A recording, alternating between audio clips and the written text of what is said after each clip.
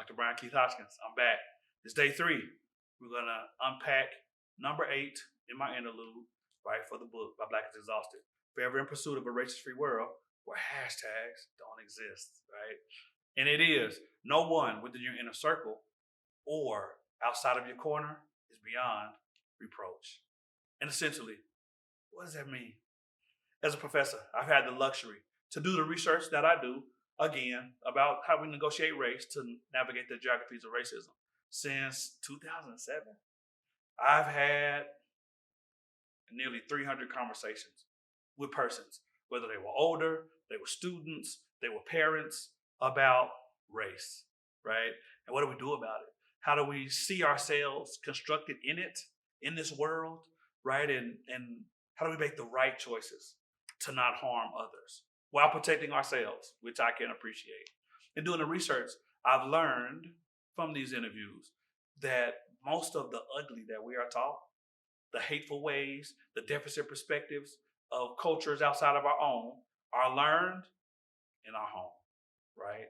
Or they learn by talking to pawpaw, or they learn by talking to our uncles and aunties or our cousins who are older than us that have archaic ways of seeing humanity, right? And so they sow those ways and thoughts and beliefs into us when we're younger, right?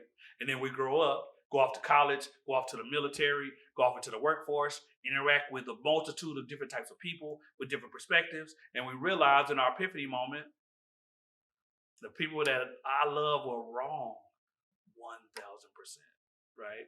And so once you have that epiphany moment, then persons that I've interviewed have experienced being scared or afraid to say, Papa, Mima, you're wrong. And I don't recommend that you do that, right? But I do recommend that you create an opportunity or you approach them and say, I want to have a loving conversation about what you taught me, right? And how, as I've lived, I realized that it was a wrong perspective, right? And ask them to give you context about the times in their lives when persons told them the same things that they share with you, right? Because you don't want to continue to share those deficit perspectives with the youth of today, right?